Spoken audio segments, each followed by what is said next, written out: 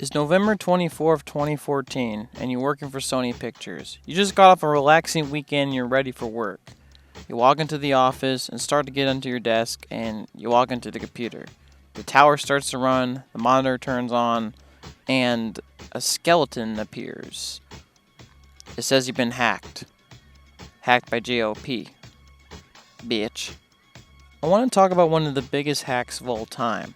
The Sony Pictures hack.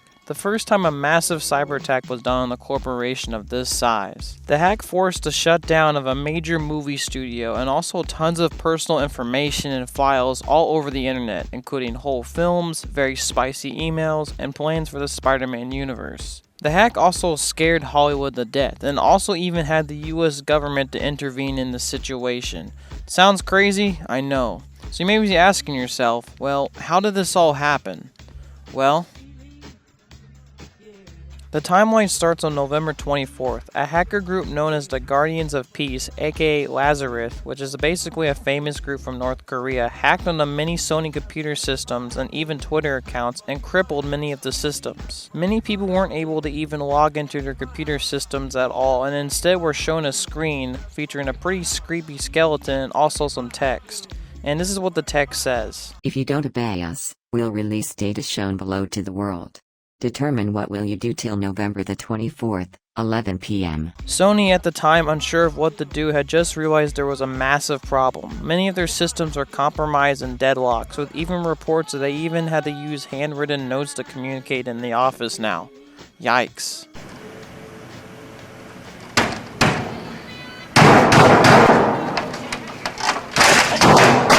Sony quickly in response contacted the FBI and also a cybersecurity organization called FireEye and tried to fix the mess, but the hackers were already in and the damage had already done, and they also had the data as well. Eventually, Sony fails to respond to the demands of the GOP, and eventually the GOP starts to release data on the web, and first through entertainment channels and then to the dark web. Sony actually on the 21st received an email by the GOP demanding monetary compensation in the form of an email. You've got mail. But this was lost in the tons of emails that Sony gets every day, and probably wasn't the smartest idea for the hackers to deliver their message through this way. 21 Twitter accounts were hacked into, and also 8,000 computers were lost. And also, many of the artwork that the hackers were showing were pretty demonic in nature, even with Amy Pascal's head basically in one of them. Yikes. Some of the data that was released on the web was pretty crazy. For example, on December 7th, 47,000 social security numbers were leaked out to the web, including personal identifiable information about the employees of Sony Pictures. Pretty crazy stuff. Also, spreadsheets of financial data showing the salaries of the top Sony executives, with all of them earning a pretty nice paycheck to say the least, with apparently Amy Pascal herself earning $3 million, which is nuts. Also, other data that was released by the hackers included unreleased films that were leaked out on file sharing sites. Some of these films were actually the unreleased Annie at the time, and also other films like Fury were also leaked out to the internet. Also, a script for the new James Bond film at the time, Spectre, was leaked out to the internet, and also plans for their Amazing Spider-Man universe was also leaked out with some pretty embarrassing results. There were also emails that showed plans for Sony and Marvel to work together for possibly getting Spider-Man into the MCU, which obviously with hindsight this did eventually happen. But according to the emails, it happened really weirdly to say the least. What do I mean by this? Well, according to the emails, Sony was only going to ever do a deal with Marvel if only Marvel agreed to first, Spider-Man had to be white, not homosexual, and before the age of 16 can't have sex. Which are really weird terms for getting Spider-Man to the MCU, and also just shows to what kind of corporation Sony is.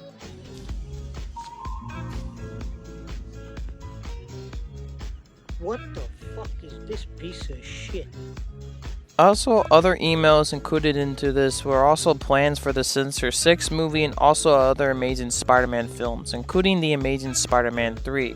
But I want to make a separate video for that in the future. The hack also leaked hundreds, and I mean hundreds of conversations by Sony higher-ups talking about not so great stuff and very sensitive information. Now the latest on that major hack attack against Sony. First, the studio's movies were leaked, and now private emails are going public, revealing some of Hollywood's big secrets and unflattering messages about stars like Angelina Jolie and Adam Sandler. One involved racist remarks between producer Scott Rubin and also Amy Pascal about then-President Obama, which is pretty crazy stuff, and why would they even discuss this on email with even the possibility of them getting hacked?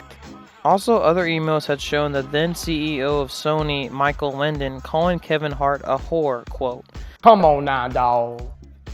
Come on, man." Which is a pretty crazy thing for a CEO to call somebody, and Kevin Hart had to respond even on Twitter because of this. Crazy stuff. I honestly could make more videos about these leaks and also other information that was revealed in this data breach, and I can honestly make a video that can go on for hours about this, but I don't feel like editing it, so. But either way, this really showed how bad of an organization Sony was at the time, and also just basically showed how much damage was done. And even though this was bad, this was just a beginning, as things would eventually get worse for Sony. November 28th, Sony looks at the source of the hack, and they suspect North Korea, and maybe it's also over a film called The Interview, which is a comedy with James Franco and Seth Rogen starring in it. The film makes fun of North Korea and all of its silly things, and most importantly their leader Kim Jong-un, which obviously North Korea did not like at all. And I actually think the film is actually pretty decent, by the way. Jordan. December 7th, North Korea denies any involvement in the attack, but actually commends the hackers, which is kind of a weird thing to do. December 16th, Sony and many others suspect that the hack was North Korean in origin, and also many of the hackers may have goals that align with North Korea.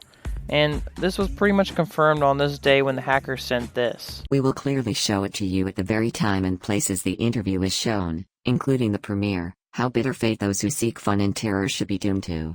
Soon all the world will see what an awful movie Sony Pictures has made. The world will be full of fear. Remember the 11th of September 2001. This was a pretty important email and also request by the hackers for many different reasons. Number one, it confirmed everyone's suspicions that the hackers were North Korean in origin, but also for the first time gave the hackers a true reason and also demand behind the attack, and also many clues behind who did it. The goal was clear. They wanted Sony Pictures to not release the film The Interview, because obviously North Korea hated the film and the hackers were in North Korea, so it makes a lot of sense. So what was Sony's response to this whole situation? What did Sony do? Well, they folded. Yep, the film was done. They canceled it. Well, kind of. Sony rips up marketing posters for the film and also completely shut down the release of the film, basically completely folding to the hackers entirely. Obama at the time, who was president of the United States, criticized this decision, which is pretty crazy. December 19th, the hackers actually congratulate Sony, and that they say they want every version of the film wiped away from the internet, basically complimenting with what they already said before. December 22nd, North Korea's internet goes out, and even though it's not exactly known who exactly did it, a lot of people suspect the United States did it as a response to this whole situation. December 24th, a day before Christmas, Sony backs up and says that the interview will be released, but only in some select theaters who want to show it, and also on streaming platforms, kind of reversing the decision that they originally said. December 25th, the interview is released in select theaters, and shock to nobody, no attack even happened. No GOP reported terror attack ever happened on a film showing the interview, and this really marked the end of the timeline for the Sony hack. So, you may be asking yourself, how did Sony get hacked in the first place, and who was truly behind this massive Sony hack and data breach? From the very beginning, there were many suspicions that it was obviously North Korea, but also many people who looked deeper into it may have specifically hinted that it was maybe the Lazarus Group, which is a famous North Korean state-sponsored hacker group, behind some of the biggest hacks of all time that honestly deserve their own videos. According to the FBI report about the situation, it was actually suggested that the hackers were actually able to get into the network as early as September of 2014, They got in using this tactic of spear phishing. What this basically means is that phishing means that you're sending an email to somebody that honestly looks legit, and the person thinks so as well. He clicks the link and boom, the hacker has access into the network and the computer is affected as overall. What is that, video game? No, Tony, we're getting hacked. This happened to Sony Pictures around September. Someone at Sony must have clicked on one of these phishing emails, which by the way they get hundreds of emails every day, so it was very easy for human error to happen. Regardless though, the hackers were in, and during those months before the actual announcement of the GOP to Sony, the hackers got in, copied, extracted files, and affected systems all over the board. In particular, they used a pretty interesting wiper malware called the Shamu wiper malware. The Shamu malware compiles a list of files and sends to the hacker all this, and then destroys the files and also the master boot record of the computer, making the computer unusable and basically forfeit. This is what happened to Sony. Now you may be asking yourself, who was actually behind the attack? Well, after the FBI report and analysis that came after it, and also the analysis of the malware used in the attack, many ties were obviously found in North Korea and the Lazarus hacking group. A lot of fake emails were sent to Sony employees, and many of the IP addresses were originating to a company in North Korea, a shell company, so to speak. This shell company was also a front of a casino website, but behind the surface was also a backdrop for many of the hacking exploits that the Lazarus group used throughout their attacks. Now, another question that you may be asking was, there was actually anyone identified and charged with the crime in relation to the Sony hack? Well, there actually was an instance. In 2018, the FBI released and charged Park Jin-hoak, a North Korean citizen, for conspiracy to commit computer fraud. He was apparently involved with recruiting other hackers down and eventually leading them in this attack for Sony Pictures. And while this is really awesome news that one person was identified and charged in relation to this attack, the truth of the matter is that there were obviously many others involved in this hack, and many of their identities are unknown, and the FBI is still investigating the situation, with even North Korea even denying Park's existence and saying that he's gone, which is pretty crazy, and we may honestly never know who exactly did the Sony hack ever. Many other theories were also talked about who was behind the attack. Some people may have suggested that the hack could have been from disgruntled employees from Sony Pictures, and some people have even said that the Russians could have been involved. But in my opinion, I think it might have been the North Koreans for sure. Ultimately though, the aftermath of this attack was insanely huge. Sony Pictures apparently lost an estimated $35 million due to the attack, which is pretty crazy. The hack also, believe it or not, was the main reason Spider-Man is actually in the MCU, as fans outcried when they found out about the emails and forced Sony's hand to sign a deal with Marvel. So yeah, that's how Spider-Man ended in the MCU. It also forced the whole entertainment industry to look at their cyber infrastructure and see how to improve it. For Sony, it apparently costed a reported $15 million to rebuild its network and get it online again for everybody to use. Former National Intelligence Director James Clapper said about the attack, quote, "The most serious cyber attack ever made against the US interest," quote.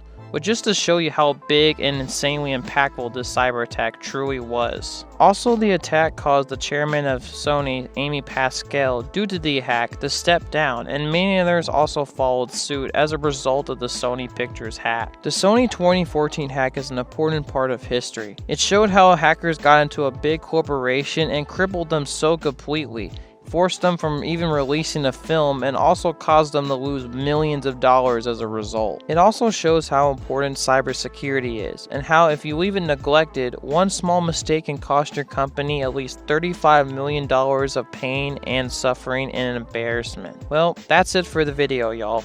Thanks for watching. I hope y'all like it. Please subscribe, and see y'all in the next one. Counting, sir, you inquired about an employee of ours, Agent Richard Gill?